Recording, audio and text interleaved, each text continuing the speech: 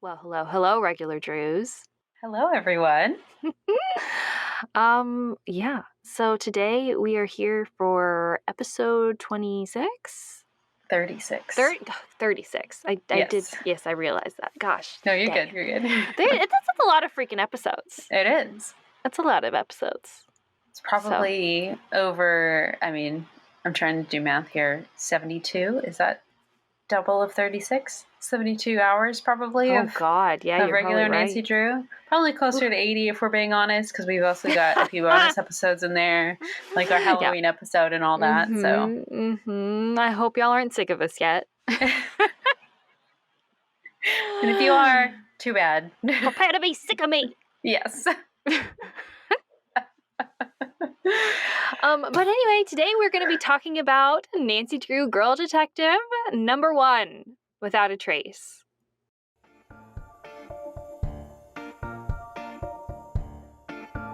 Well, aren't you a regular Nancy Drew? We sure hope so, and we hope you are too. Join us as we talk Nancy Drew cover to cover and click to click.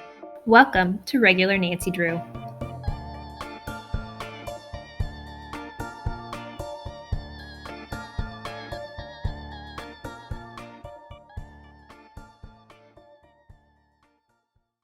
Okay. Kori. Yes. So tell me your first impressions, because I I love almost it started. so much. I know we already almost started talking about it before, but we had to stop ourselves. It's so hard when we get together and to just not talk about Nancy Drew. I love it so much, Kori. And I definitely don't think it's perfect, and I don't think that it is great, but I love it so much. And I do think that part of this is because the feeling of them is so familiar and nostalgic to me, and I don't know this for sure, but I think it is because this is primarily the series that I read when I was a child. This was probably one of my very first experiences with Nancy Drew, aside from the original 56. Right. So, this was published in 2004, so that's probably about the right timeline, for when you would have started reading these. So, God, how old was I in 2004? 9? 10, 11. 9? Oh. Okay. Right? I don't know. No? Yeah, you're right. Yes, Okay. Sorry. I just can't do math. We've talked about okay. this before. I don't talk about I know. I can't do math anymore. My brain's just broken. The numbers break it every time. But yes, that's probably We were 24 back then. We're 24 still now today. It doesn't matter. We'll just go with 24 for everything. Yes, it's okay. 24 forever. 24 forever. But so I loved it. What did you think, Kori? This was the first time I've ever read any of the Girl Detectives, so it was definitely very different. The first person perspective threw me off a little bit. Yeah. There was some things that I really liked about it. There were some things that I thought were very strange and maybe a little bit kind of young for the intended audience, I almost felt like I was maybe reading one of the notebooks or something that's geared just toward the zucchini stuff?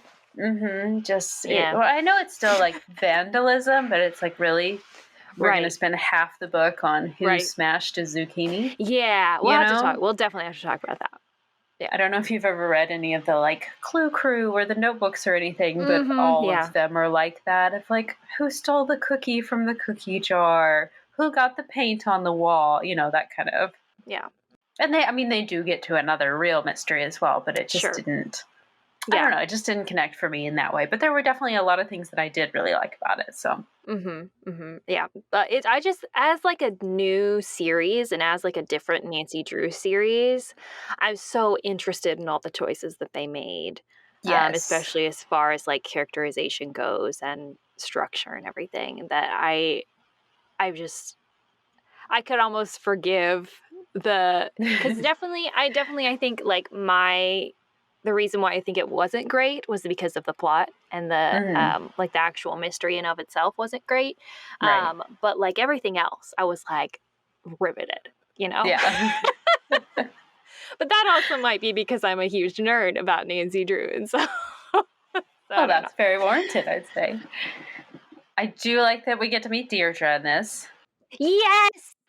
It was so great meeting her for the first time. I didn't realize she was going to be in this one, but I mean, we knew she was in this series, but we meet her right off the bat, so just a short little cameo, but a delicious, delicious cameo, I must say.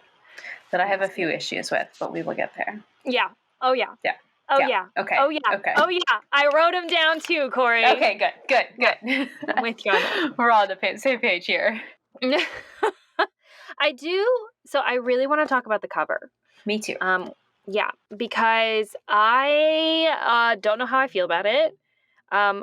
So just to describe it to y'all readers a little bit, it's like a series of squares. Big, bright, bold colors. Yeah.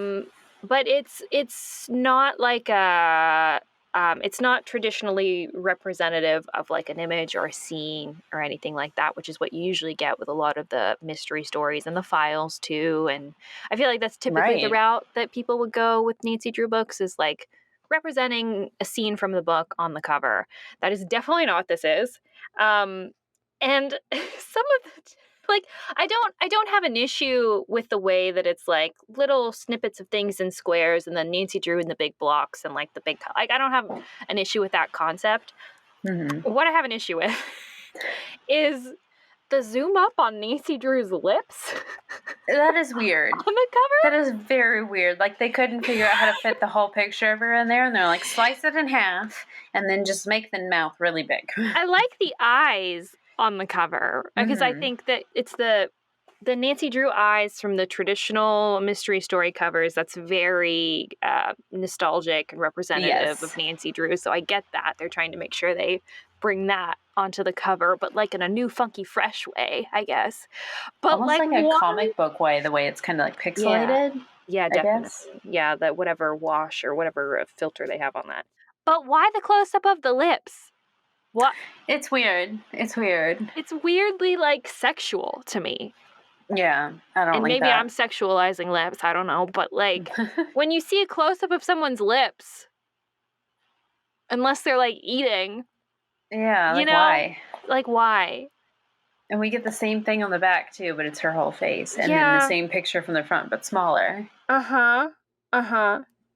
Also, what does?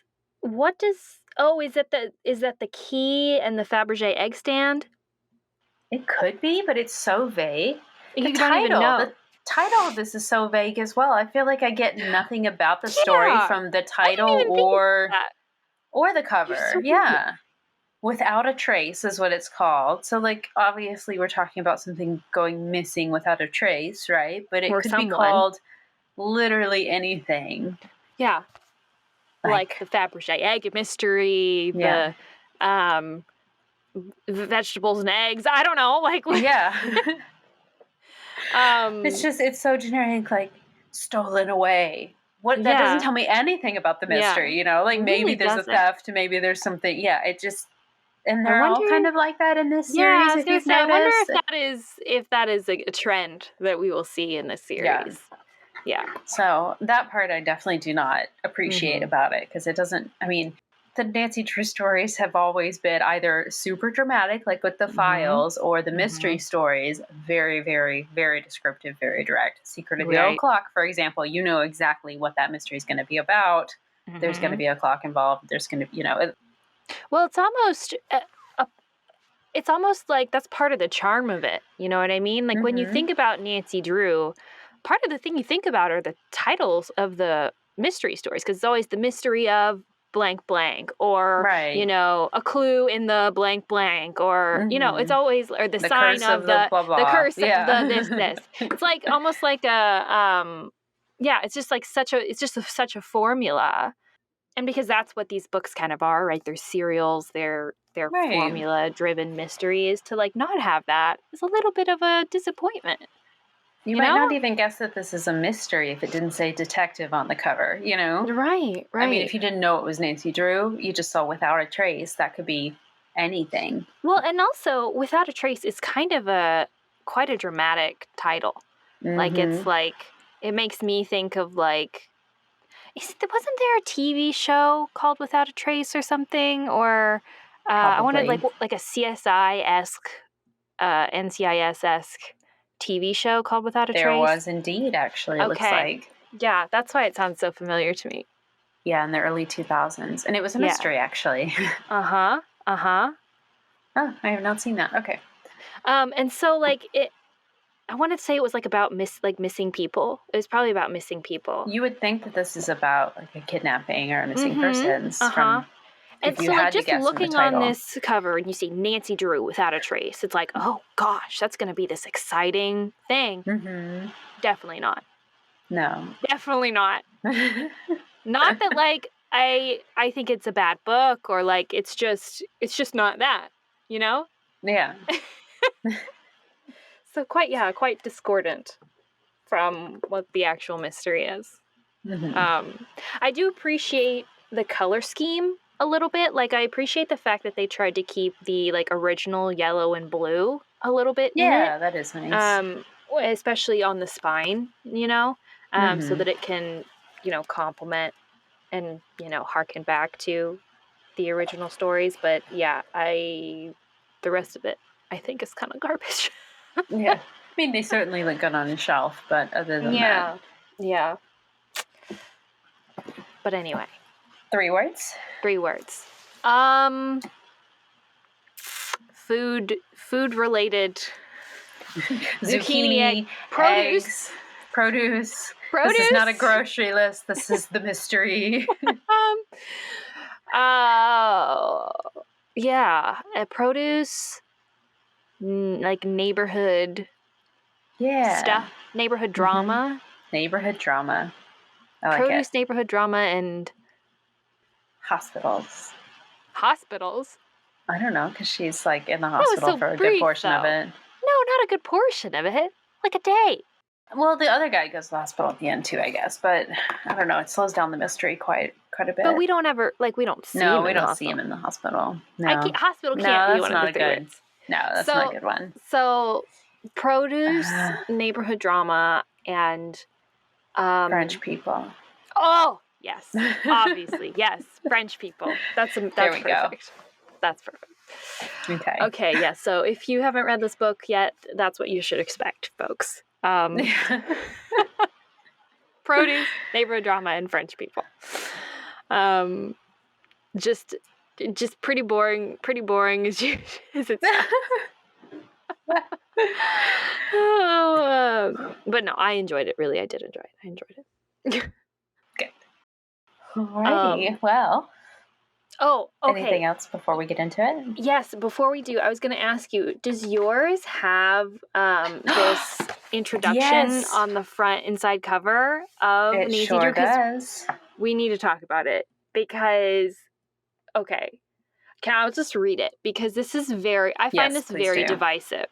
Okay. So there's this message written from Nancy Drew on the inside cover of this first book. Presumably they're in all of them, but I haven't actually looked to confirm that. But okay, so this is what it says. Let me introduce myself. I'm Nancy Drew. My friends call me Nancy. My enemies call me a lot of other things, like that girl who cooked my goose. They actually sometimes speak like that, but what can you expect from criminals? See, I'm a detective. Well, not really. I mean, I don't have a license or anything. I don't carry a badge or a gun, in part because I wouldn't touch a gun even if I could, and also because I'm just not old enough.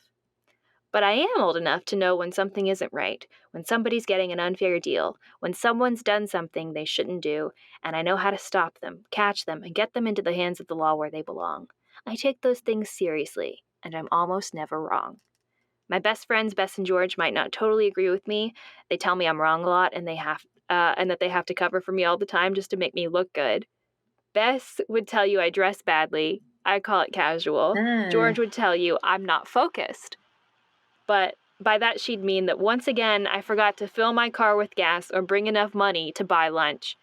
But they both know I'm always focused when it comes to crime. Always. Nancy Drew. What? I mean, that last sentence is true, but Nancy's not an unfashionable, And when would she not bring enough money for lunch? Right. Nancy would treat her friends to lunch. Right. Right? Mm-hmm. When I read this, because I read this first, obviously, before I read the book. When I read this, I was concerned. Yeah. I was like, oh dear. What Nancy Drew am I reading here? Her personality a little bit. They do a little bit, but luckily in the book it doesn't seem that bad. But like this, I was like, whoa, what Nancy Drew is this? What forgetful, unfocused, poor dressing Nancy?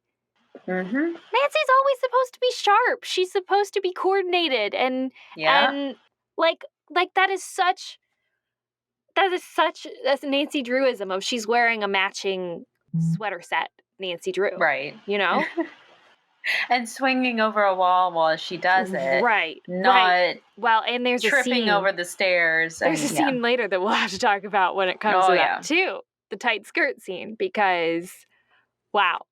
I thought that was a little strange. Yeah. So also, Kori, I thought it was interesting that it says, I don't have a license or anything. And I presume she's not old enough. I presume she's talking about being a detective and carrying a gun, because that's what she says in the sentence prior. Because I'm not old enough. I'm just not old enough. So how old is she? Great. Because she's 18, right? Is she still in high school? She's not, is she? No way. She can't. No way. They don't ever talk about that. No. So how is she not old enough? How is she not old enough? But also, I don't think you have to be 21 to get a private investigator's license. No, I'm sure you don't. Yeah. So Veronica Mars does it, so... Yeah, Veronica Mars does it. That's exactly right, Kori. Veronica Mars does do that. Oh, yeah. So I just thought that was really interesting. Really interesting. And I also thought how Nancy said, well, I'm a detective, but I'm not really a detective. Like, that didn't feel like something to me Nancy would say. No. Like, I feel like Nancy would be confident in her detective status, and it's actually everybody else who questions her detective status, not Nancy. Absolutely. Yeah. And we do see that. We do see some questioning of her detective status, and she's kind of fed up with it. Like, well, I am going to show them up. But she also kind of plays it off. Like, she's not super confrontational about it or anything, you know? She's like, well, you know, I just like to, you know? So I'm like, helpful. Yeah. So, so very interesting. Luckily, the book itself didn't push me too far away from what I would expect from Nancy Drew, but it kind of concerns me about the series in general and what else we might see in regards to Nancy's characterization. And I just thought you all should be aware that that's literally printed on the inside cover of this book. Yes. Like, this is not a page you can rip out. That's on the cover. Right. So, yikes. But yes, anyway, do you want to jump into our summary, Kori? Yes. Do you want to start us off? Sure. So, in chapter 1, the start of the book, Nancy is telling us about the past. So this is all kind of set in past tense, first-person perspective. Yes. So Nancy is telling us that last Friday, when, of course, Kori, she was coming home from a volunteer luncheon, which I was just like, okay, so still a little bit Nancy Drew. Still Nancy Drew. She tells us that she comes into her house and she overhears someone, like this guy, yelling in her father's study. So she pushes her ear up to the door to listen in, which she has like no compunctions about in this series. She's not ashamed of it at all. She says, I prefer to call, like, some would call this eavesdropping. I prefer to call it staying informed. So love that. Love that for Nancy. Good job. But so we find out that this is someone inside Carson's office threatening to press charges against someone. She eventually recognizes the voice as her neighbor, Bradley Geffington, and both he and Carson come out of the office. He makes kind of this parting remark to Carson as he's like walking out that if Harold Safer is behind the damage to my property, he is going to pay. Mark my words. And so Nancy realizes that he's talking about another neighbor, Harold Safer, who happens to own the local cheese shop. I just made a note of that because it's not a local cheese shop. It's the local cheese shop. The local cheese shop. The local cheese shop, which I thought was hilarious. But so Nancy is obviously interested that that's at this point, and so she asks, what did Harold do? And Bradley says, he demolished my zucchinis. And at this point, we're like, oh, dear. Okay. All right.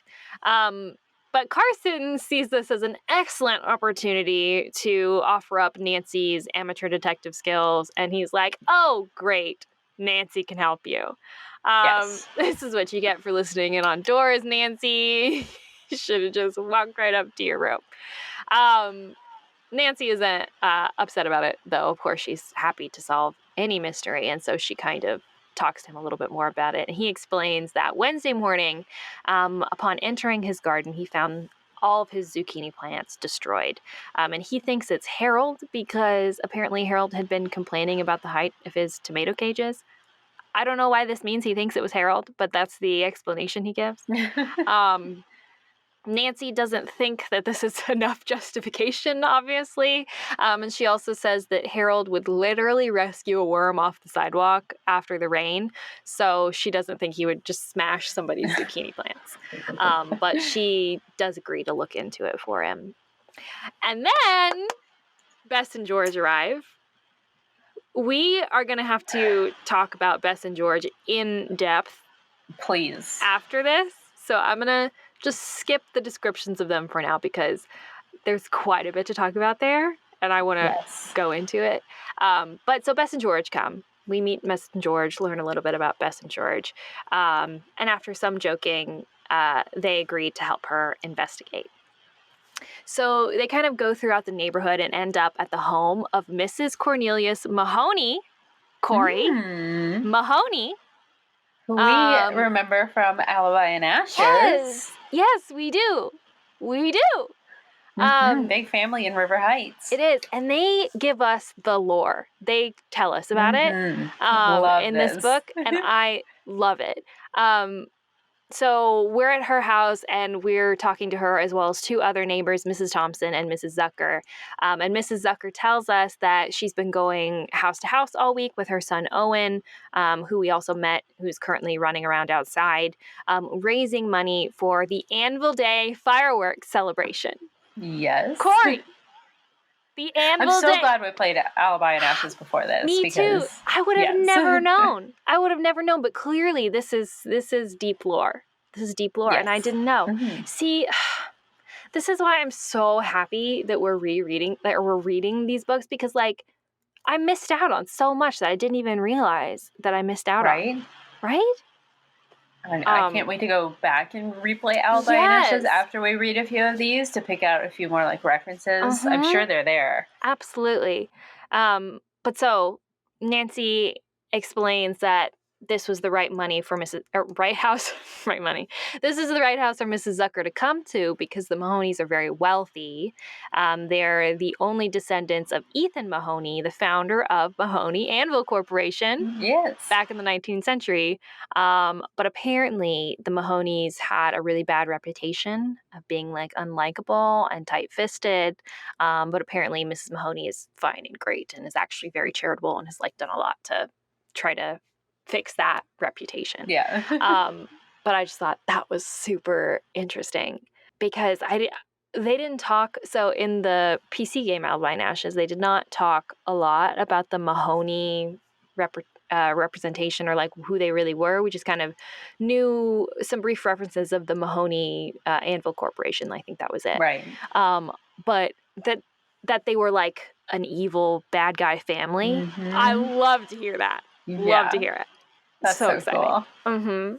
Nice detail. A very, very nice detail. But anyway, so Nancy explains what she is up to about the zucchinis and the whole zucchini vandalism or whatever. And Mrs. Zucker actually says, hey, that exact same thing happened at my house. Someone stopped on my zucchinis a couple of nights ago. But nobody saw anything and nobody noticed anything strange. Interesting. At this house, we also learn that there is a newcomer in the neighborhood named Simone Valenkovsky. I think that's how you say it. A young single French woman. And Nancy notes that the zucchini vandalism seems to have started the day that she moved to town. Coincidence? beans, or is she a zucchini smasher?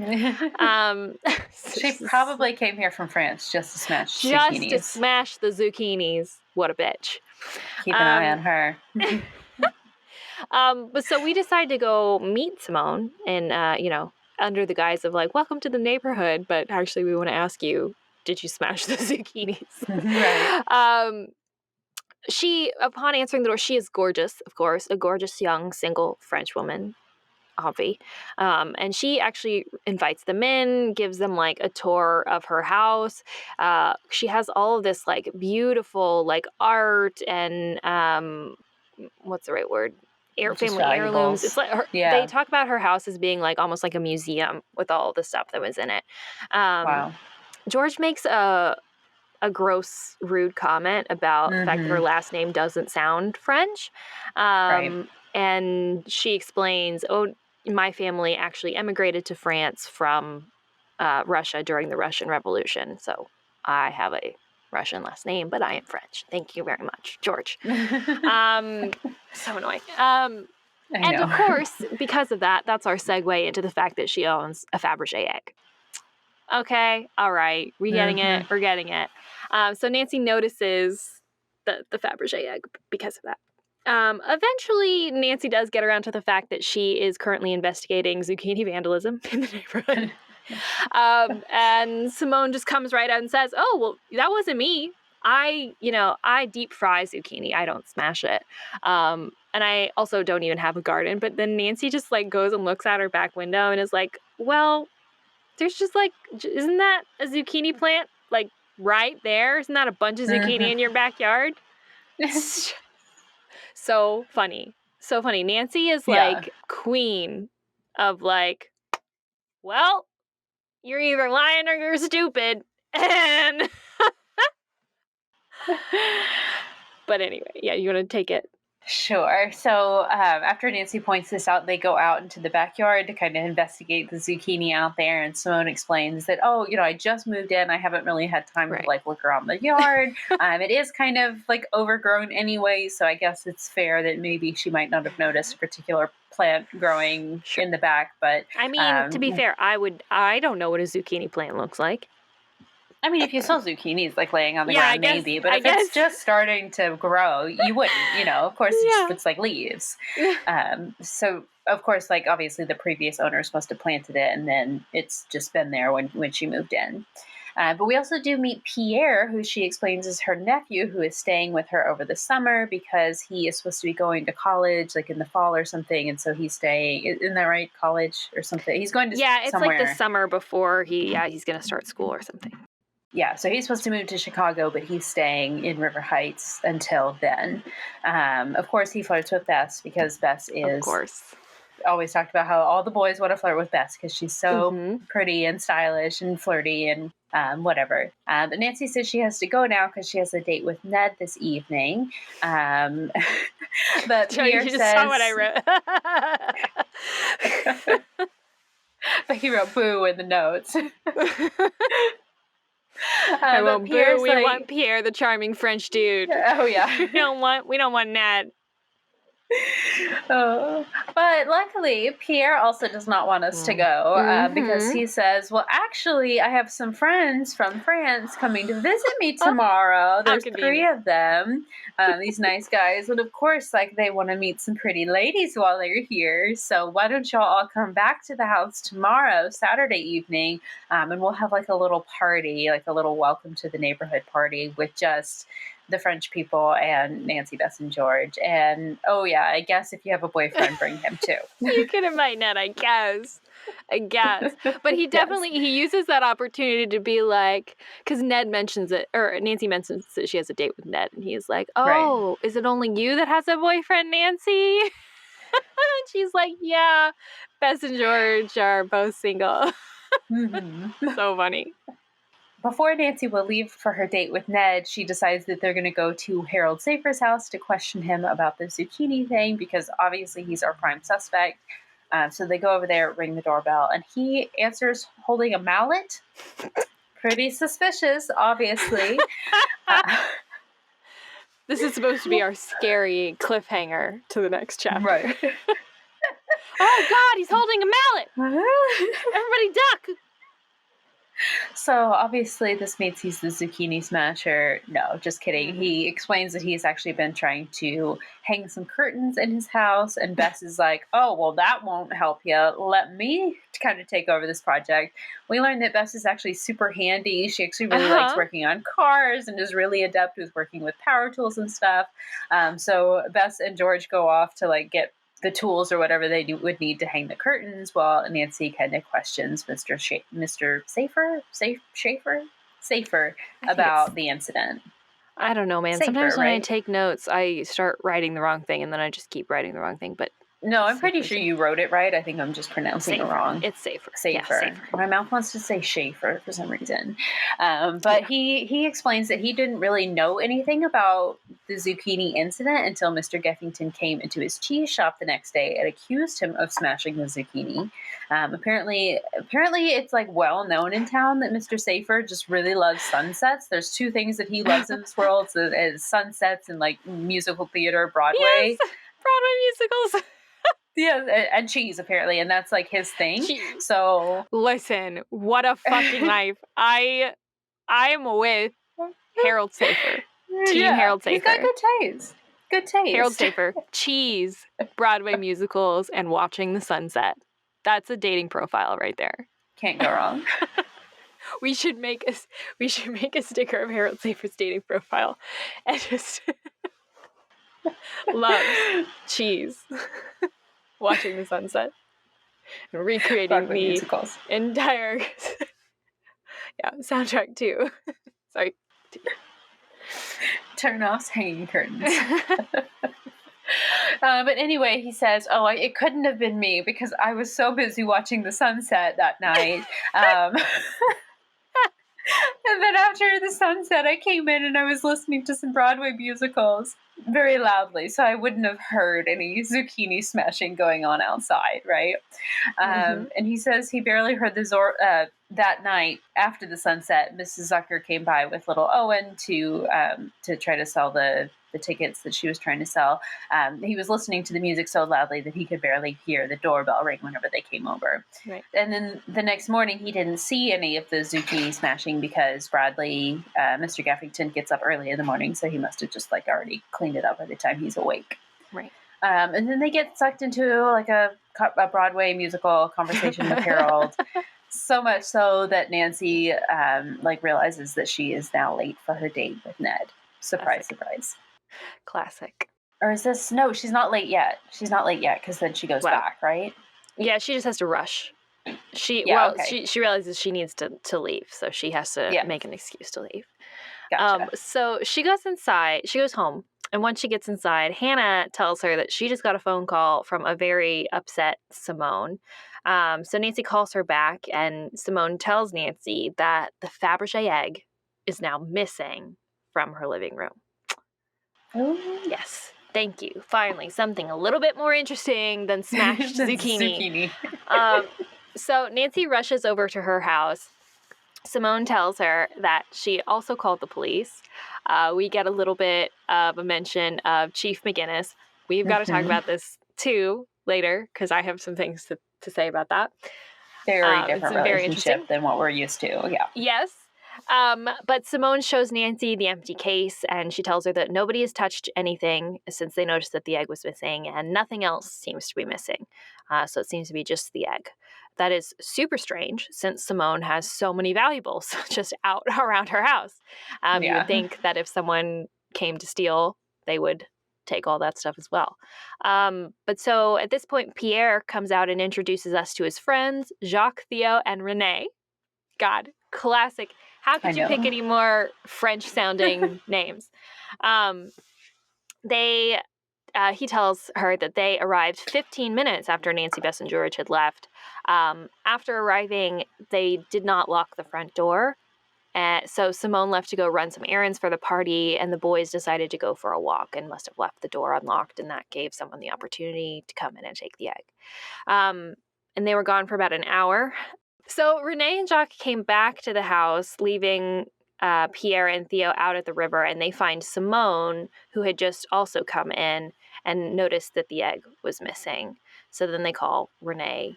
Then they call Pierre and Theo back in. Too many Frenchman names in this. I know. So Nancy's like, okay, great. I'll try to find this egg for you. And they're just like, okay, cool. Thanks, Nancy. These new people in town who don't know who Nancy is. Right. She does notice that Jacques is looking at her strangely, but she thinks maybe he just thinks it's weird that I've offered to investigate. So. Yep. But now she realizes that she's late to meet Ned, and so she has to rush off to meet him at the movie. The movie's already started, so she offers to buy him dinner instead. I think that this is actually quite a good apology that Nancy makes to Ned. It did not seem like a classic case of Nancy treating Ned like a doormat. Right. It seemed like a very reasonable, understandable situation in which there was an emergency that someone asked, for her help with. She was only running 10 minutes late, which is only honestly 10 minutes. Not even really late, in my opinion. I think you're not late until it's at least 15. You know what I mean? Right.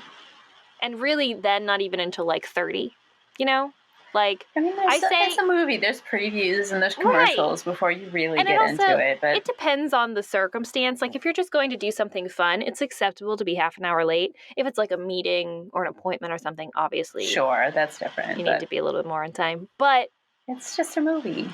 Ned's her long-term boyfriend. She's 10 minutes late. That warrants an apology, whatever. But she's like, I'm so sorry. Let me treat you to dinner. Perfect. Excellent. Yeah. We love to see Wonderful way to make amends. Very healthy. Finally. Anyway, sorry.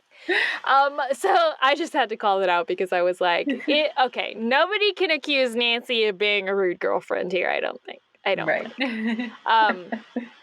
But so they go to this bookstore/cafe, which also, by the way, great business model. Love that. Sounds amazing. And Nancy tells him that she'll tell him about, the mystery and everything that kept her kind of late once they order. But Nancy notices that there are zucchini fritters on the menu. And so she orders that from Susie Lynn, who is also the owner who came to take their order. And Susie immediately flings her hands up in the air and proclaims, "Don't talk to me about zucchini." Oh, God. Okay. So sorry. Can I just say, this book made me so hungry. I know. God, I wanted some zucchini fritters. Right? Sounds delicious. I just want to make them. That's all I want to eat now. But so Susie explains to Nancy that everybody's been up in arms over zucchini. Bradley came in and saw the special earlier, after which Harold Safer just happened to show up and they had this massive argument. Obviously, it was about Bradley's destroyed zucchini. And then Simone also came into the restaurant to buy canapes for the party tomorrow. And she started raving about the zucchini and bought all of the zucchini fritters that Susie had. Then a bunch of little boys, including Owen, came in and started yelling about how zucchinis taste like boogers. So anyway, Susie has had a day with the zucchini and in fact, she's over it. They're out. So don't order zucchinis, order something else, Nancy. And Nancy's like, okay, sorry, sure, I'll have what he said. But interesting. But so then Nancy chats with Ned about the mysteries a little bit. And she does mention that she wonders if the missing Fabergé egg was an inside job. Because she remarks that it was strange that the boys didn't return all at once. That got her suspicions up. So she's very happy that she's going to get to see them again tomorrow during the party tomorrow. And Ned's all like, party? What party? And then Kori, who else remarks? Party? Did someone say party? Deirdre Shannon walks in. Deirdre Shannon. Of course, with an ear for a party like nobody else. A party that Ned is going to be at, Exactly. She's all like, is there going to be a party? Please invite me. I love parties. So of course Deirdre's interested in this, and they're like, "Oh no, Deirdre, it's just a little housewarming party for Nancy's neighbors. Don't worry about it. You're not invited, basically. But Ned's gonna be there." Deirdre does tell them that she has actually heard of Simone, and what she's heard is that Simone was apparently kicked out of France because she's mentally unstable and a danger to the public. All right, Deirdre with the drama. Apparently, she also has some ties to the Russian mafia. Whatever. We get a little scene with Deirdre. She's got a guy with her that Nancy refers to as generic boyfriend number 37, or we'll talk about this later. Yeah. But then that's all we get of Deirdre in the book. I thought maybe she would come back for something at the end, but she was really just there to give us that info about the Russian mafia or whatever, and then she and generic boyfriend leave and go to their own table in the restaurant.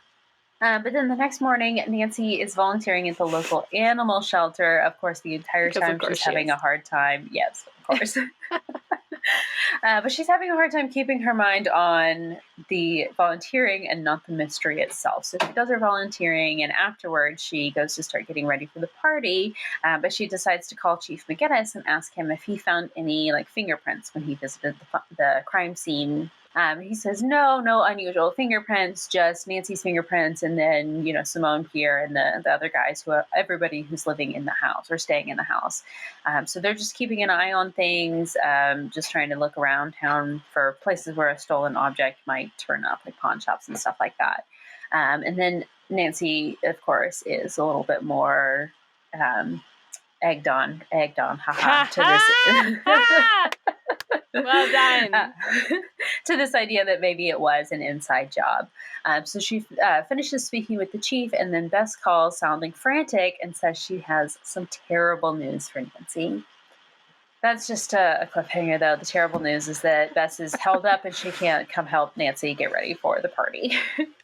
Bummer. Yep. So Nancy's like, okay, cool. Well, great. That actually means that I can spend the afternoon doing investigating instead of being trapped in my room with you. Trying my clothes. Right. And so she spends her afternoon questioning more neighbors, unfortunately to no avail. But she does also search the internet and apparently becomes an expert on Fabergé eggs. I'm not really sure why they mentioned this.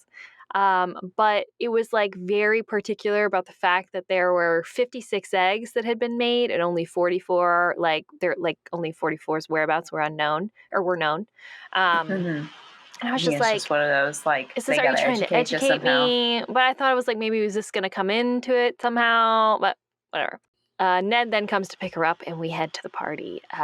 As we head into the party, all of the French boys are, of course, very happy to see Nancy, Ned, Bess, and George, who are also now there, except for Jacques, who is looking morose in the corner, though he does say hello.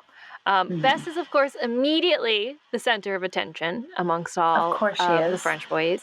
As she should be. As she should be. And then George makes a side comment to Nancy while everybody's kind of occupied that Simone seems strangely happy considering that she was robbed yesterday.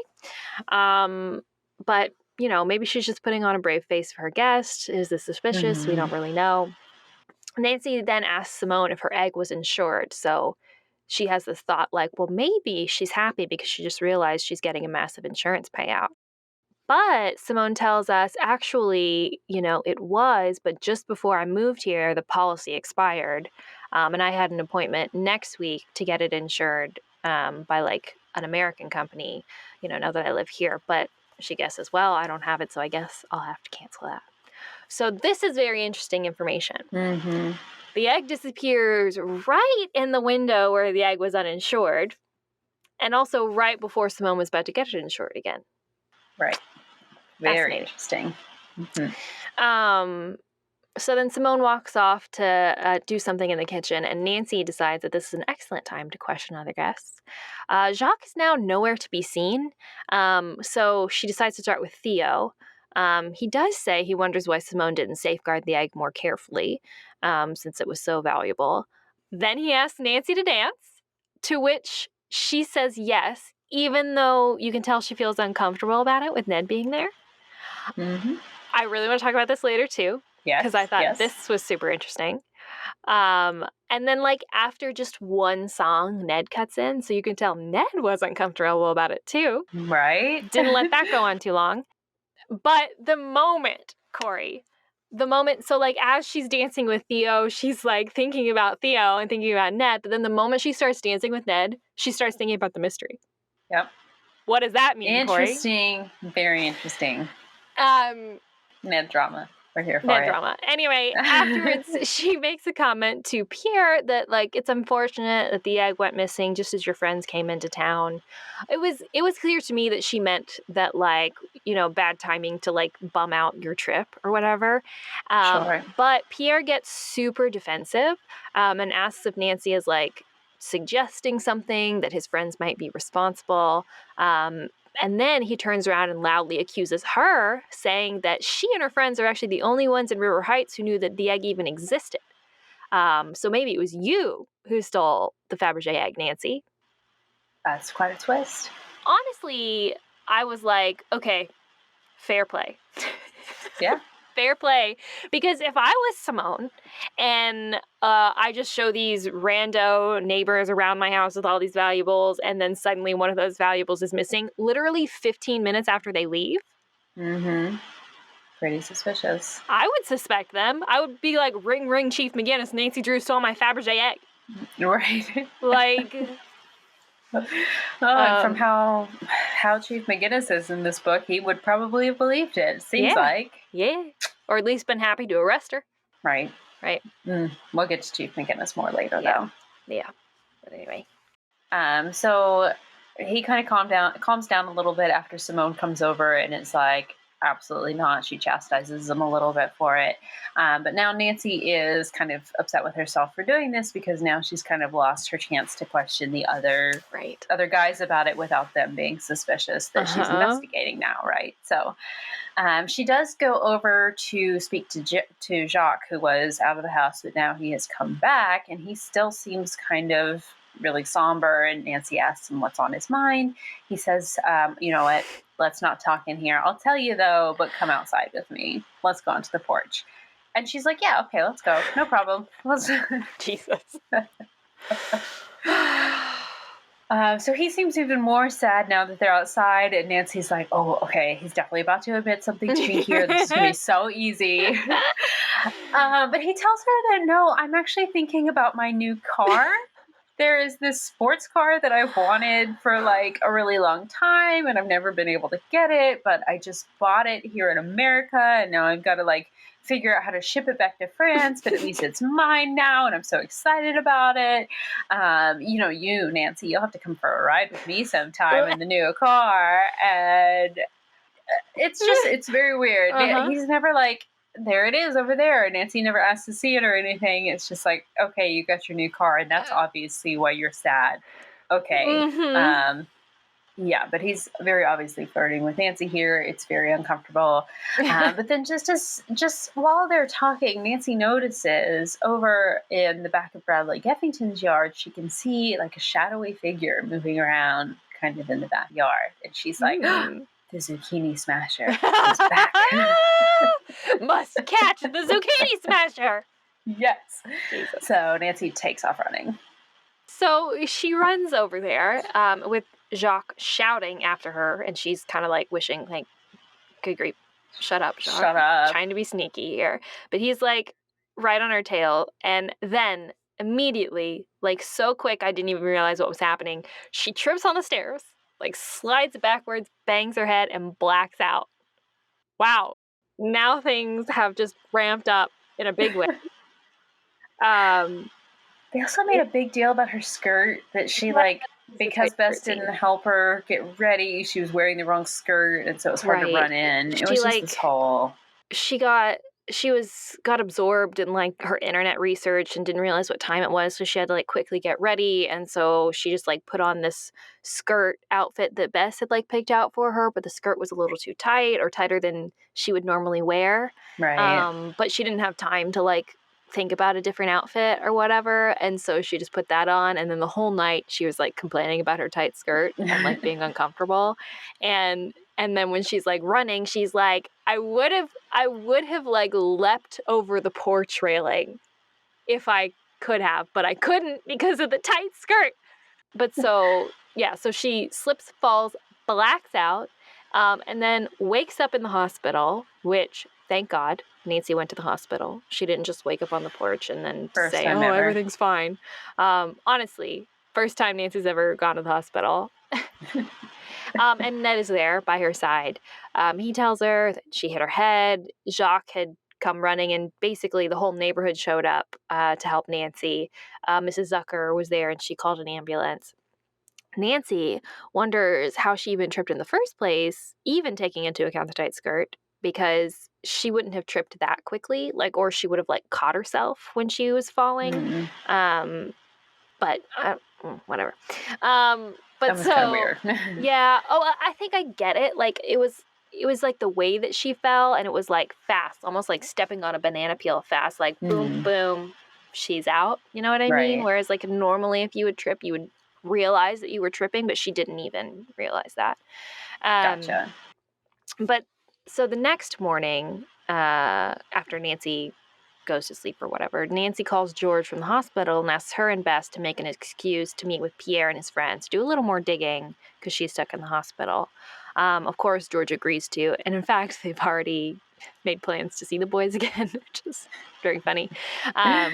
She tells Nancy, just this quick little bit, that all of the boys are chipping in to buy her flowers, but Jacques was actually really shocked at the price of the flowers, and is actually very broke at the moment and can't afford it. And she tells Nancy that Renee and Theo even had to chip in to get his plane ticket to the U.S., which is very strange, because if that is true, then how did he afford to buy a brand new sports car, the one he was bragging about last night to Nancy? Right. What is that about? So obviously this makes Jacques look very suspicious. Did he just come into a large amount of money from perhaps stealing a Fabergé egg? Right. So George also mentions to Nancy that she thinks her fall was suspicious. She says if she had tripped, she would have caught herself and not fallen down that hard. So she wonders, did Jacques push you? Nancy can't remember, but now that they're thinking about this and with this new information about Jacques, she tells George, actually, you know what? Don't see them again. Make sure you're watching him from a distance. He might be a dangerous guy. Right. So later, Bess and George come to the hospital and tell her, hey, guess what? We staked out Jacques. They had hid behind Simone's house and watched while some of the boys were working in the garden. And then they saw that Jacques was heading into town on foot, not driving a new sports car, walking. So they tried to follow him discreetly through a ton of shops, which included a jewelry store, a consignment store, and 3 antique stores. Very suspicious. Very suspicious. But Bess, of course, being Bess, was noticed by Jacques. So I think the way they explain it, that she was playing it off super well, actually. Yeah. And George ruined it. Right. George is the one that ruined it, but we can talk about that later, I guess, if we want to. But so George asks him, hey, where's your new car? Why are you walking around town on foot? And Jacques got super flustered with that question. He's like, oh, it's in the shop, but he also couldn't say what was wrong with it when Bess asked, because Bess is super interested in cars. Right. And he couldn't even describe details about his new car when Bess asked. Very strange. And then the next day, just as Nancy is about to leave the hospital, she gets a call from Simone and Pierre checking up on her.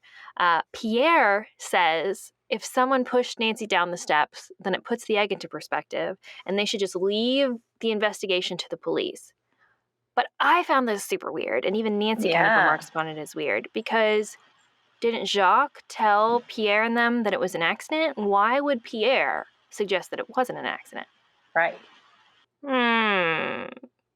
Suspicious. Sorry, you want to take it? Sure. Okay, so then later, once Nancy gets home, she gets a phone call from Jacques, who says that he's so sorry for not being near enough to her when she fell to have been able to catch her.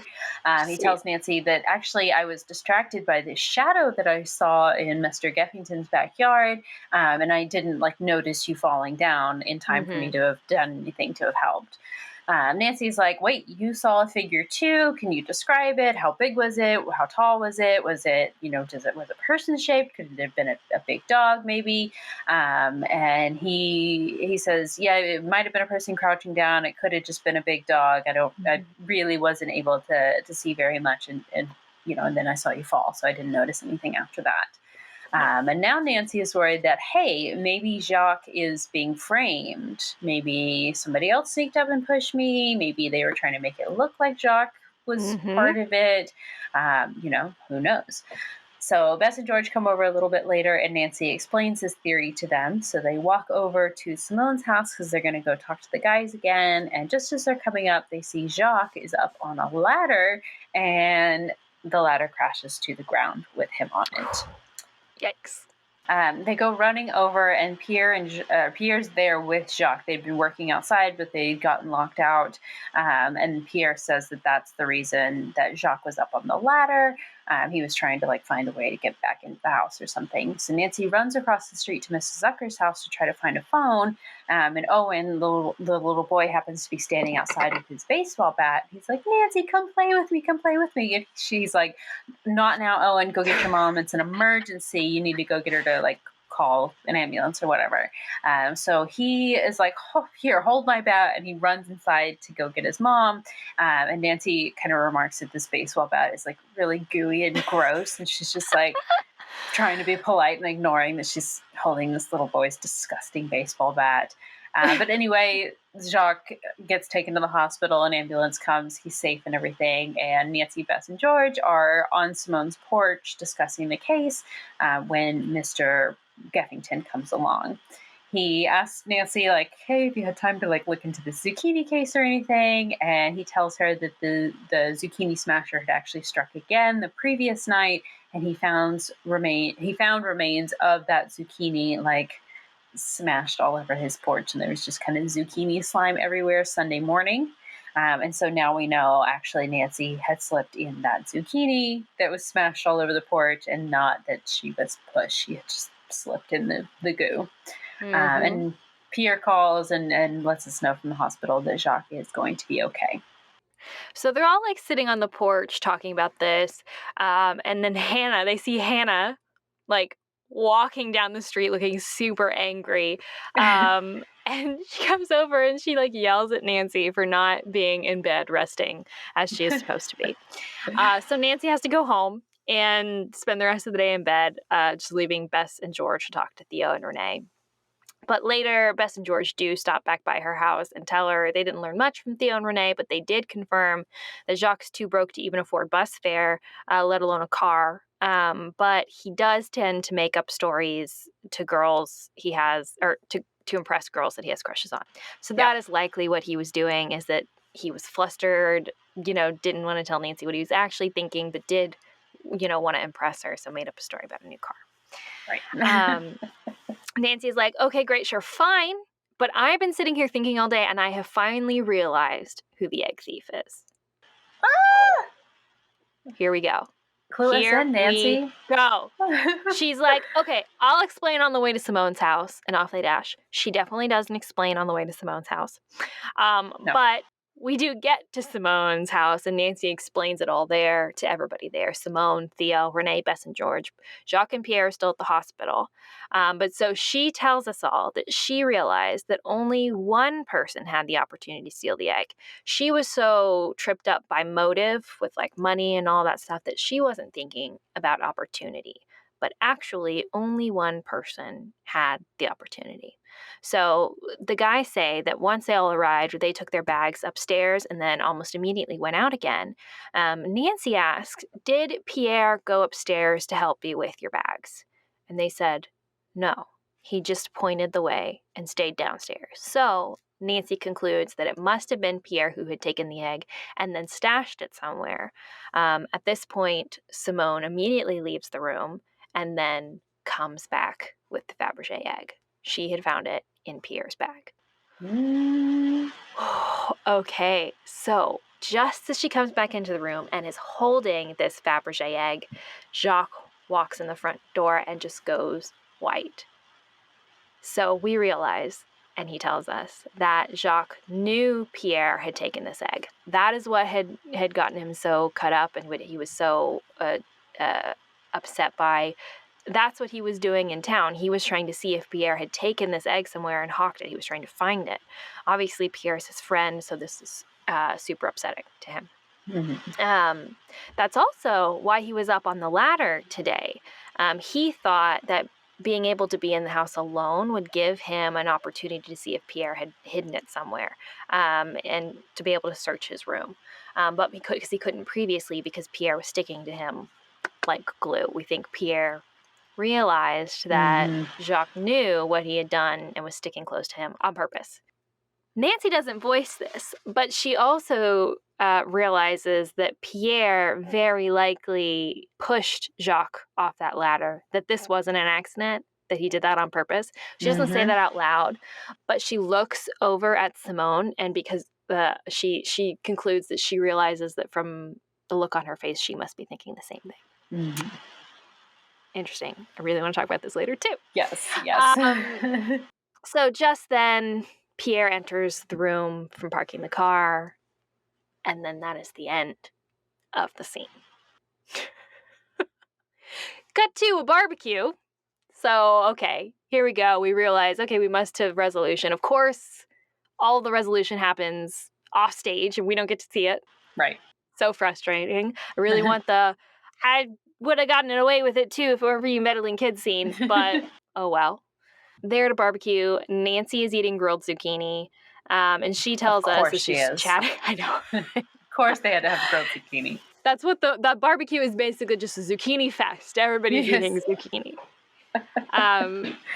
But everybody's talking, and we find out that Pierre was sent back to France a few days earlier to a very angry father, and Simone decided not to press charges about the stolen egg.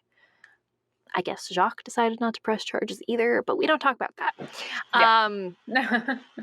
Okay, and here is where we get the whole convoluted tale that I'm still not really sure that I understand, and this is my biggest issue with this book is this explanation. But okay, so here's the story. So we learn that Pierre stole the egg because he thought it was a fake, and that Simone was about to find out that it was a fake because of her upcoming, insurance appraisal. Okay. Apparently, Simone's older brother, who is Pierre's father, and Simone's father had some kind of beef.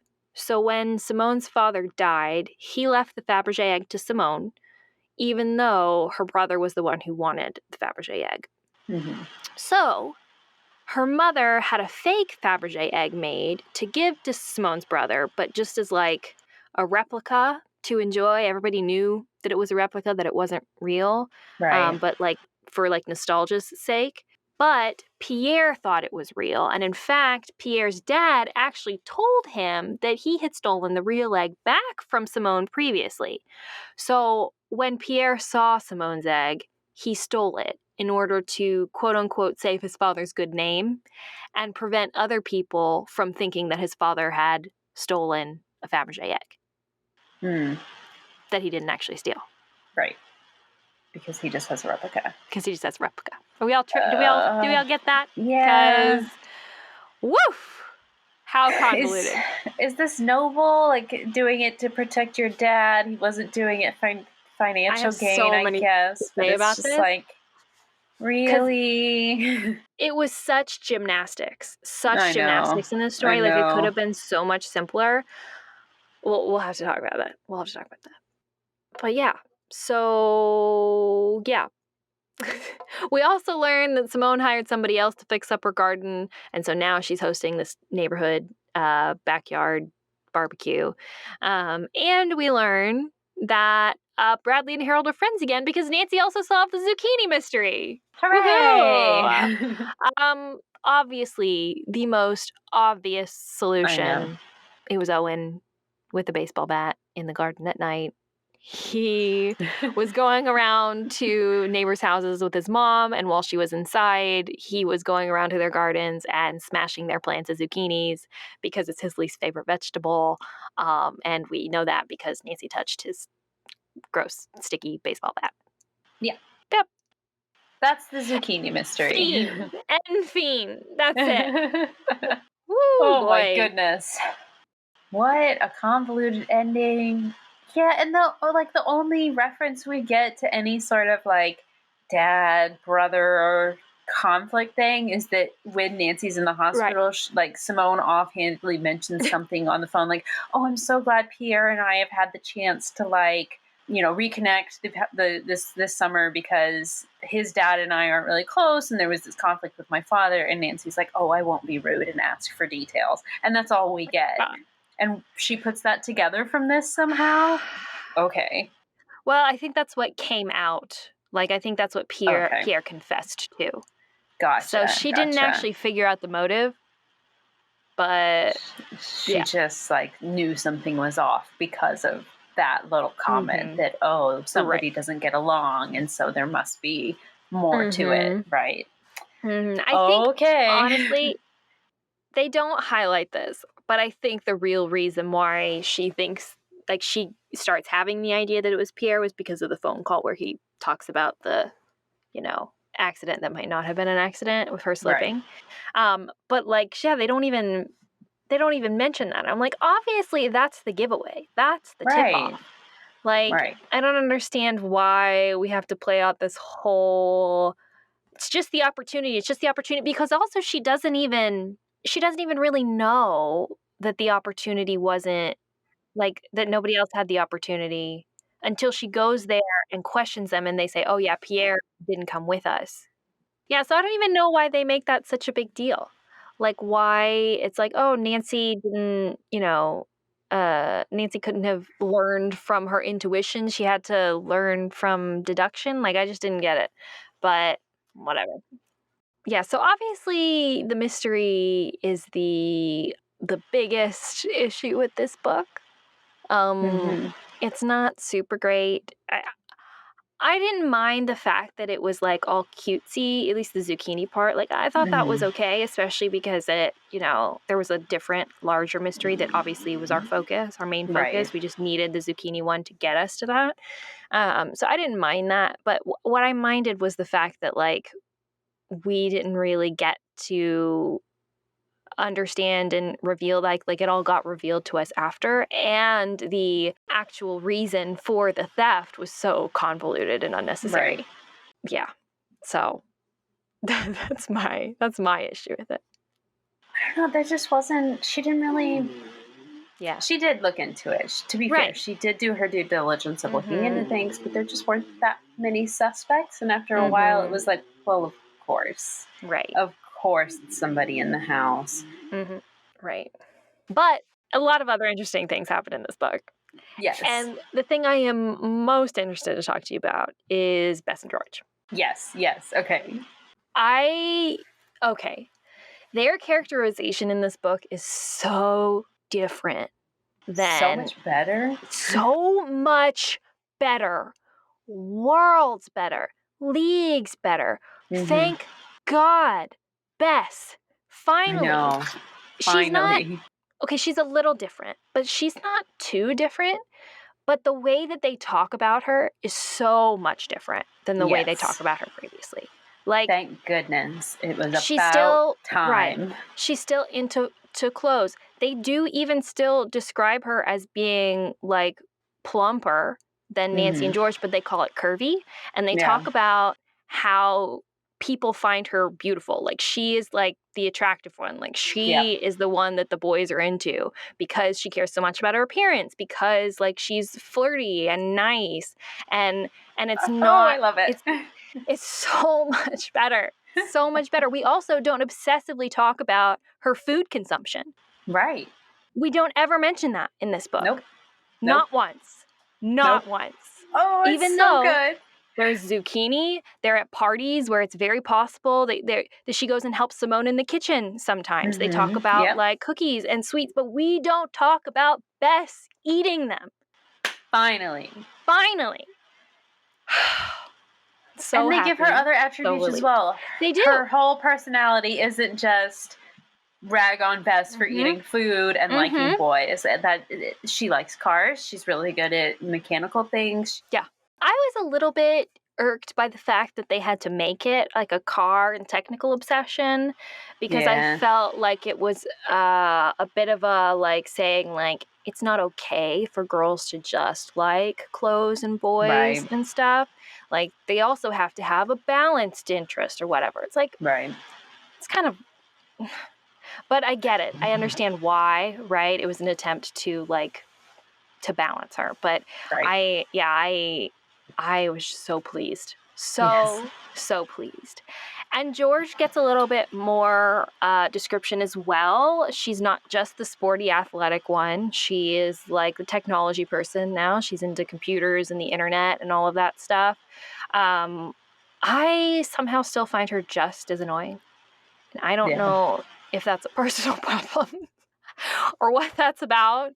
I think she's still super rude. She makes rude comments. On the offhand. She definitely is still rude.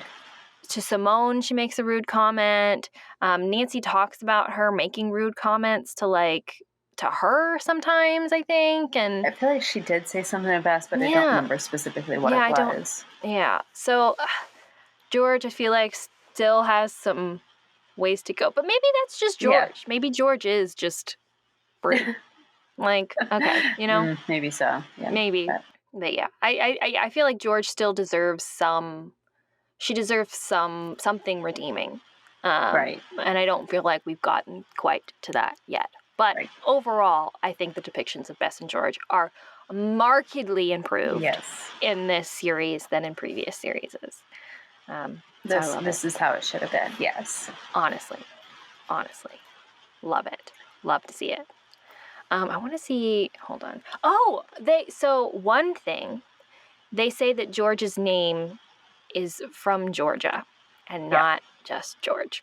And I know this was a change that they made in the original mystery stories and the revisions. They changed it from just George to Georgia, but I really wish they could have taken this opportunity to reclaim George.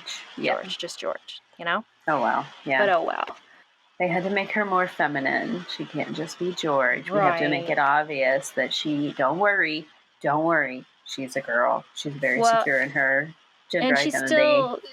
She's still very much a tomboy, angular, athletic, prefers jeans to jewelry, keeps her hair short, and doesn't like her given name, Georgia, So, okay.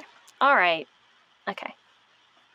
That's fine. Yeah. That's pretty much all we ever get. And so I think that is interesting because obviously we've seen issues in Bess's representation as far as the weird fat shaming stuff and the, making her seem like frivolous and shallow and all of that stuff that is typically attributed to girls who, like that kind of stuff. So, but I think we never see the pitfalls of George's descriptions, but it's just as limiting to just call George a tomboy and not expand on her, flesh out her character as being like an actual real living, breathing person.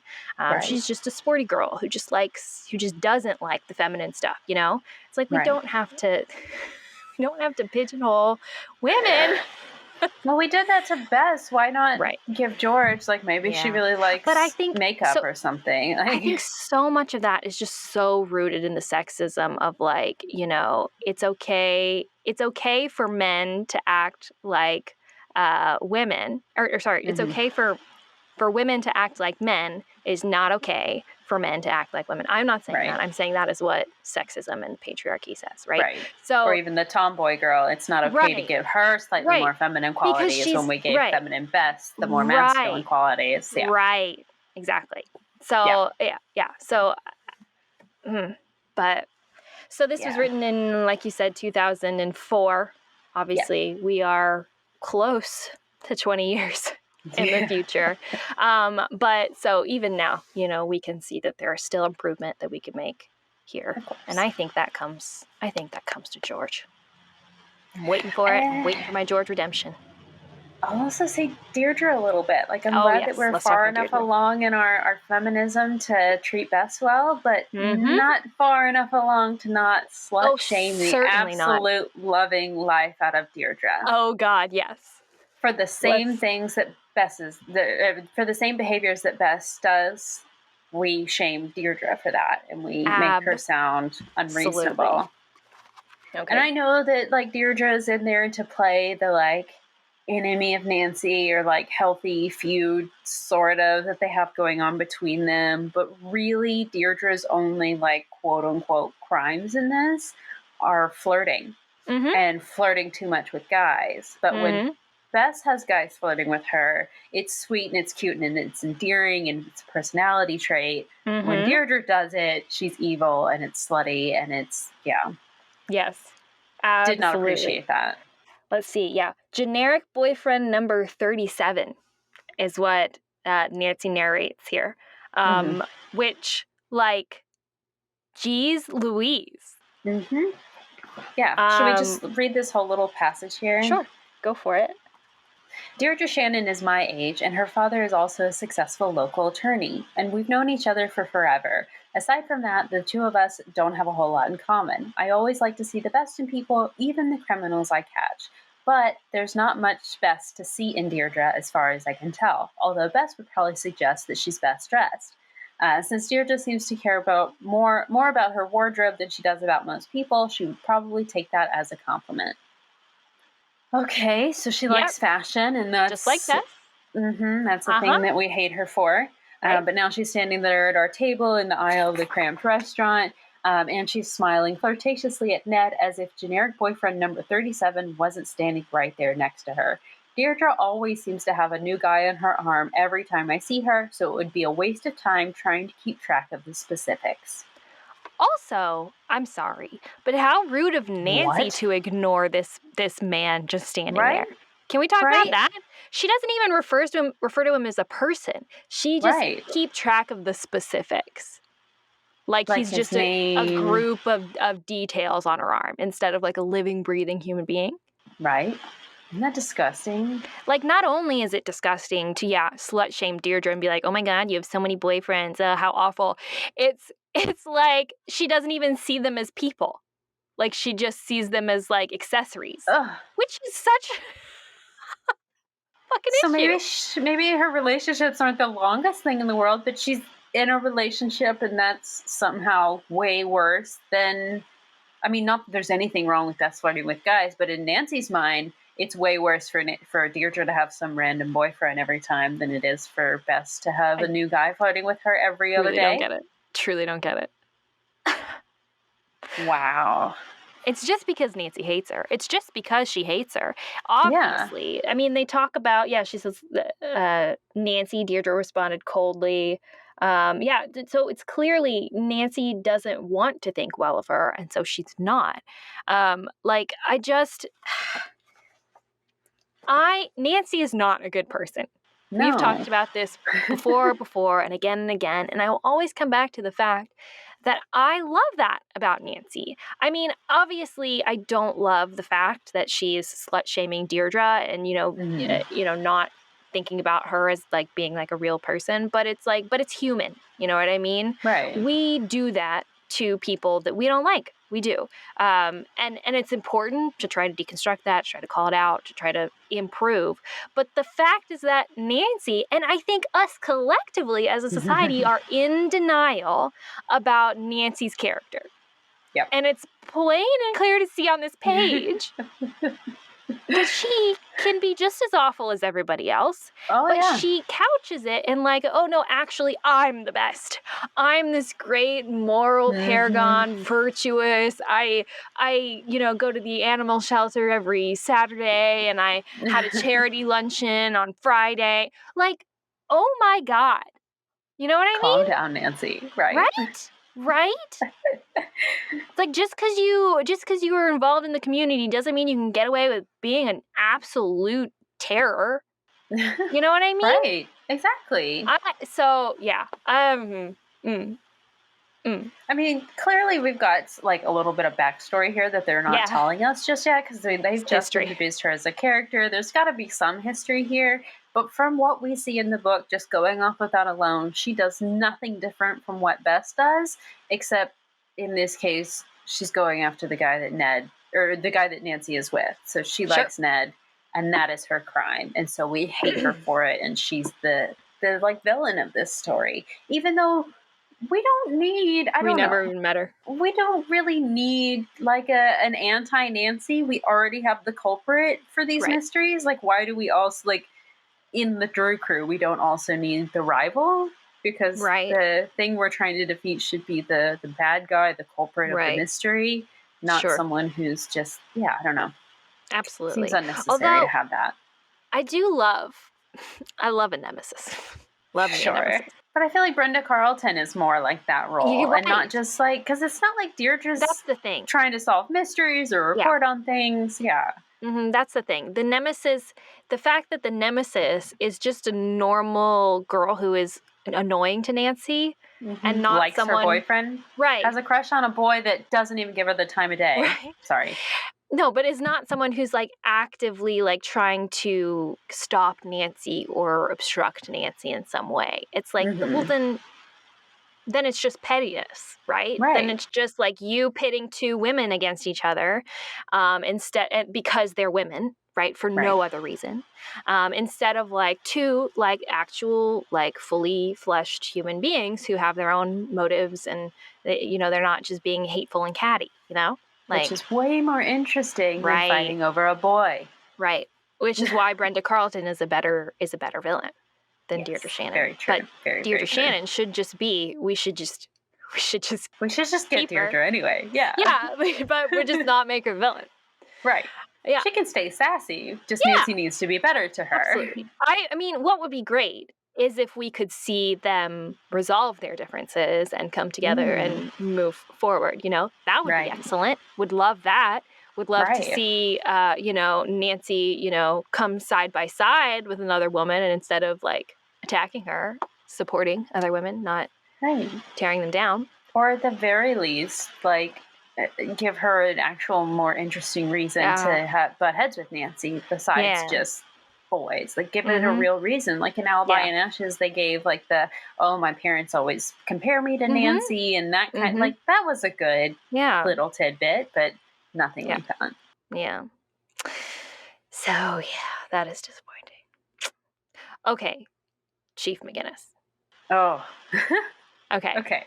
So Nancy's relationship... They really changed him. It's changed. Nancy's relationship with the police is different in this series.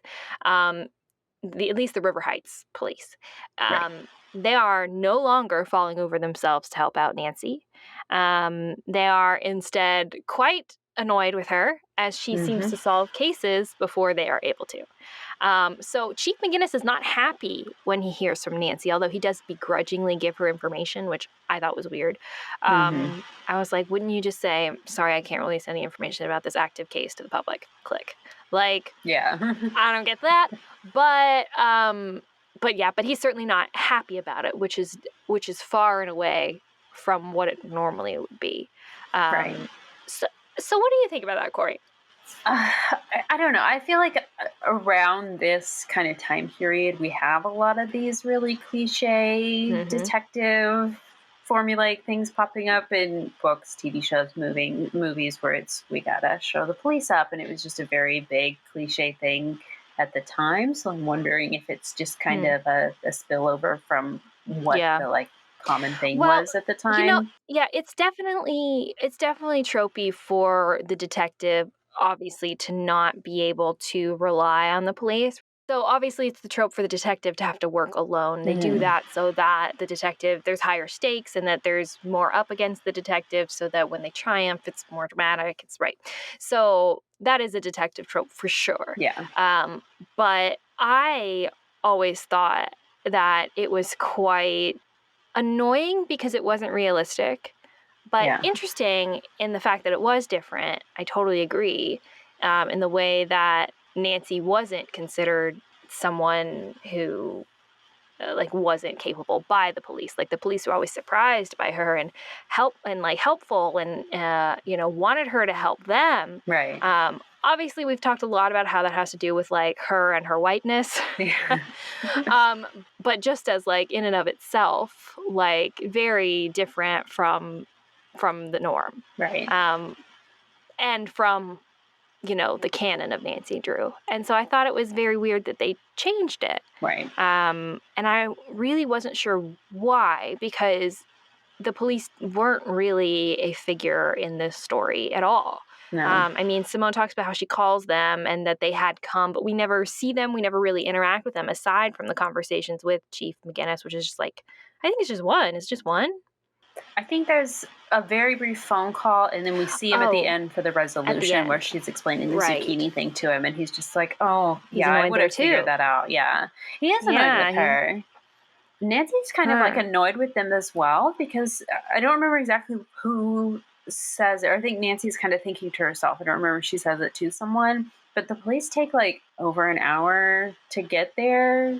Like as soon as the egg is stolen. Yeah. She says something she talks about their slow response time. Yeah, she says they don't bother investigating if the crime won't land Chief McGinnis in like the Chicago newspapers. Right. Wow. Yeah, so we characterize Chief McGinnis as not being like this stand-up classic hard-boiled cop. We get a actually fame grubbing, maybe potentially concerned about his public perception. Public persona, public perception.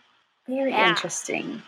So, maybe Nancy doesn't want to be associated with something like that. Maybe she would be a little bit more cooperative with the police or reliant on them, maybe, if he was more of the, like, stand-up guy that Nancy sees herself as. Totally.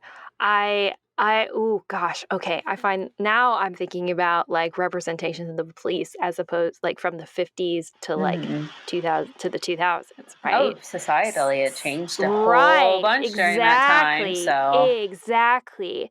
And I mean just like what we wanted to teach to our children in the 50s versus what we wanted to teach to our children in the 2000s. Right. You know what I mean? So, like, as opposed to, like, we were the children being taught. That's so weird. Sorry. I know. In the 50s, it was trust the police. It was the police will help you. You can help the police by doing this. The police are there to keep you safe. You can, all that stuff. But whereas now, in this book, we're getting... the police may not have your best interests at heart. The police aren't going to be there to help you, with your, your issues, your crimes, or keeping you safe or your stuff safe. Right. You need to rely on your community. You need to become friends with your neighbors. Right. You need to look out for each other. Did anybody see anything suspicious about, this? Right. That's what Nancy's doing is she's going around to her neighbors to ask them what they've noticed in the community. Right. That is first very it's about interesting zucchini. Point. Yeah. Right. Oh, I like that. I like that point. I don't like that that's the case, but yeah. Fascinating. Yes, it is. There's so much you guys could learn from Nancy Drew. God, I want to write a thesis on this. I should have done that at school. You should. You could still write your thesis. Well, I could have done the psychology of Nancy Drew and criminality. That would have been such a great paper. Please write that. We'll do an episode on it. Yeah. Anyway. Yeah. Okay. Let's see. What else? Got? I will note that. I mean, this is totally an aside. Oh, sorry. Go ahead. No. Oh, mine was really small and dumb. So is mine. Okay, go ahead. But it's on the subject of Deirdre Shannon. Oh, okay. She says that she has the temper of an overcaffeinated chihuahua. Ah, that's mean. Do you remember that? That's so specific. I don't remember that specifically, but it's weird. So on, why didn't I write down the page number? But it was right where it was. Yeah. So she was hoping to avoid a patent Deirdre Shannon public meltdown. In addition to her other charming qualities, she has a temper like an overcaffeinated chihuahua. That's... Why? Well, first of all, don't call out chihuahuas like that. Yeah, be nice to dogs. Second of all, that's just so rude. Mm-hmm. Like, what a burn. Like, that's a sick burn. That is. But, like... So specific. Yikes. Why? So specific. Oh, my goodness. Yeah. But, sorry, what was yours? Oh, just that Hannah makes Nancy, when she gets home from the hospital, she makes her chili and milk for lunch. Like, she eats a bowl of chili and a big glass of milk. I just thought that was gross. That's tiny and irrelevant to anything, but I made a note of it. That is gross. Ugh. Oh, okay. I did make another thing. I made a note for right at the end when Chief McGinnis is talking to Nancy about how she figured out the whole zucchini thing. She kind of like, maybe I should just find it and try to read it, but she kind of like makes a jab at him for not investigating the zucchini thing. Like, do you really expect the police to figure out who smashed the zucchini? Hold on, let me see if I can find it. I also solved the zucchini case right under his nose. He probably didn't mind that, like my father, He probably didn't mind that. Like my father, he probably thought it was much ado about nothing, except that Mr. Geffington had given a long glowing quote about me to the local newspaper without mentioning the police department at all. So why would he mention the police department, though? Like, why would Chief McGinnis be upset over that? Oh, man, I didn't get credit for catching the zucchini smasher, which was a 10-year-old. Like, okay. It just was weird. I don't know. Yeah. Okay, so I do also want to talk about we talked a little bit about it in, like, structurally, but, like, the kind of gymnastics that they had to do to make it seem like Pierre was a good person. Like, he had good motives for stealing the egg. Right. And wasn't actually a criminal. And so that's why it's okay that he didn't get arrested. He just got sent home and, like, a slap on the wrist from his dad, right? Yeah. Yeah.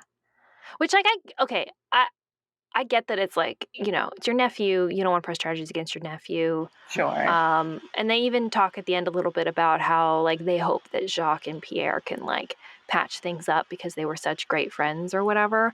But Pierre tried to push him off a ladder. Right. He tried to kill him. Yeah. Right? He could have been way more seriously injured. Yeah. So, yeah, Pierre's crimes were awful, and I don't think that even our gymnastics about, like, oh, there was this egg, but there was a fake, but he didn't know it was a fake, and he thought it was real, and so he stole this egg that he thought was a fake, but it's not a fake, it's actually real. All of that gymnastics, like, regardless of that, I don't think we can ever say that Pierre's crimes weren't serious. Oh, no, of course not. Like, honestly, stealing a Fabergé egg, in my opinion, is way less severe than pushing somebody off of a ladder. Of course. Like, it's maybe more dramatic and more expensive, but, like, that's somebody's life. It's like almost attempted murder. Also your friend's life. Yeah. Right. You know? But we try to play it off like Pierre is not that big of a criminal, so it's okay that we didn't press charges. But would it not have been okay for them to just not press charges regardless because he's Simone's nephew and she didn't want to, press charges against her family? Like, is that not enough justification? Like, for him, like, if he was trying to steal the Fabergé egg to sell it for money and, not because he was trying to save his father's reputation, is that not good enough for her to be like, I understand, my nephew made a mistake, I'm not going to press charges? Right. Couldn't Jacques have pressed charges as well for... That's another thing, yeah. Also, like, I hope they don't patch it up. I hope Jacques never speaks to Pierre again. Right. He tried to kill you. Don't go back there, dude. Oh. What was he hoping was the outcome of this? Just that his father gets his name cleared and then they just they just drop it and like, we don't care to find out who it is now. We didn't find it out in a week, so we're going to leave it alone now. Yeah, I guess so. I don't know. I do think, okay, so there is something that we never circle back on in this, and that is Deirdre Shannon's gossip that she heard about Simone. Oh, yeah, the Russian mafia thing with the mental health issues. And the mental health issues. We don't touch that. Nancy, going back to the Deirdre Shannon chapter, hold on. Where did she hear these things? Yeah, this is my question. But so she says that... Okay, so normally I don't like to listen to Deirdre's gossip since it's usually either completely trivial or wildly inaccurate. But she does know a lot of people, and once in a while she actually turns up some useful information. So she says that about Deirdre. Mm-hmm. So Deirdre is not always totally off base. So it's quite possible that some of this stuff is true. I don't know how true, where it comes from or anything. We don't ever get those answers. But yeah, the fact that like, we never even get any hints to any kind of mental distress from Simone. No. Nothing like that. Which they easily could have put that in there if they were going to try to tie it in. I mean, yeah, I guess you could say that, like, oh, she's acting really cheerful at this party, even though her stuff just got stolen, but it's also like, well, it's a party. Right. But they could have made her like extra distraught or something over the theft, and then maybe Nancy would have been like, oh, maybe she does have something going on. And yeah. We don't get anything about mafia or crime, any other crimes or anything like that related to them. I mean, like, I guess we get family drama, and I guess their family's very wealthy because they have all of these heirlooms and stuff that are worth a lot of money.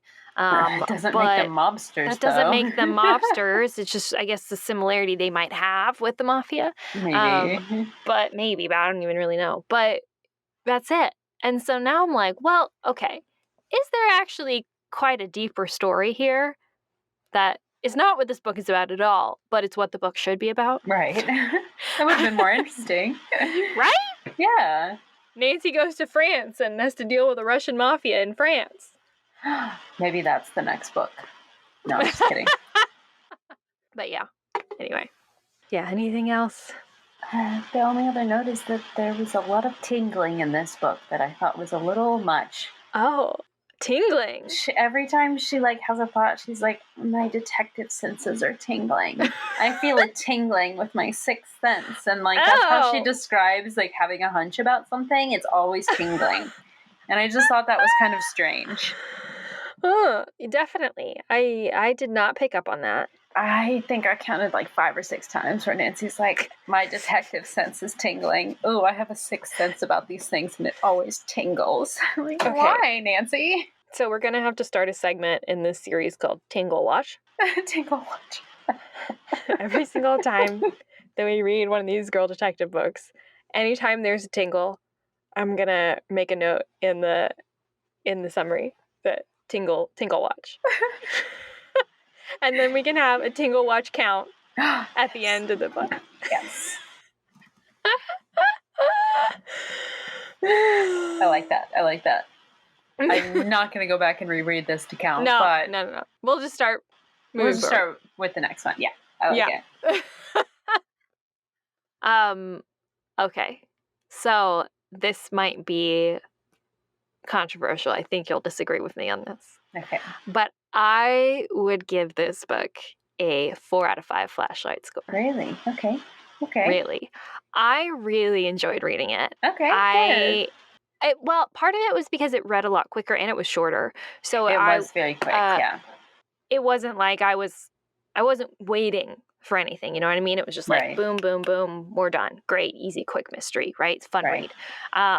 2, I absolutely just adored seeing Nancy in this in first person, having her describe herself and her own thoughts and stuff. I just thought, I was like, finally, we actually know that this is what Nancy's actually thinking.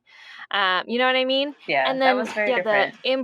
Right. And the improved Bess and George stuff, getting to see this mystery is set in River Heights. And so we get all the going-ons of River Heights, Nancy's neighbors. We learn about her neighborhood. We have this lore of like River Heights and like the Mahonies and Anvil Day and all of that stuff, which I just know is going to come back and we're going to get more of. And I was just so enjoyable. It was just so light and fun.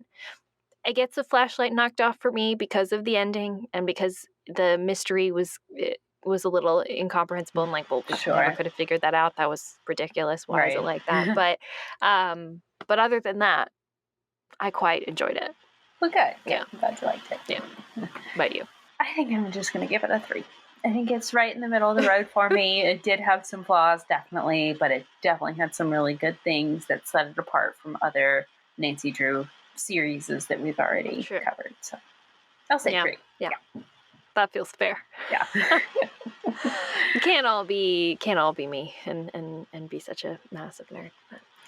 They can't all be 5 flashlights either. They're not all Last Train to Blue Moon Canyon. So, it's true. And that is okay. True. That is okay. It's true. Doesn't make it a bad book by any means. No. Yeah. No. But there are some things we can agree are trash. Yes, and that includes. That is true. That includes the Mystery of the Clue Bender Society. Secret of the Old Lace. Oh, yeah, I forgot about that one. I blocked that one out of my memory. I will never forget. Never. That's too funny. Okay, but yes, next time, Kori, we are going to be covering, drumroll, number 3, False Notes, another Nancy Drew Girl Detective book. Should be pretty good. Very exciting. Mm-hmm. See you then, regular Drews. Yeah, join us next time.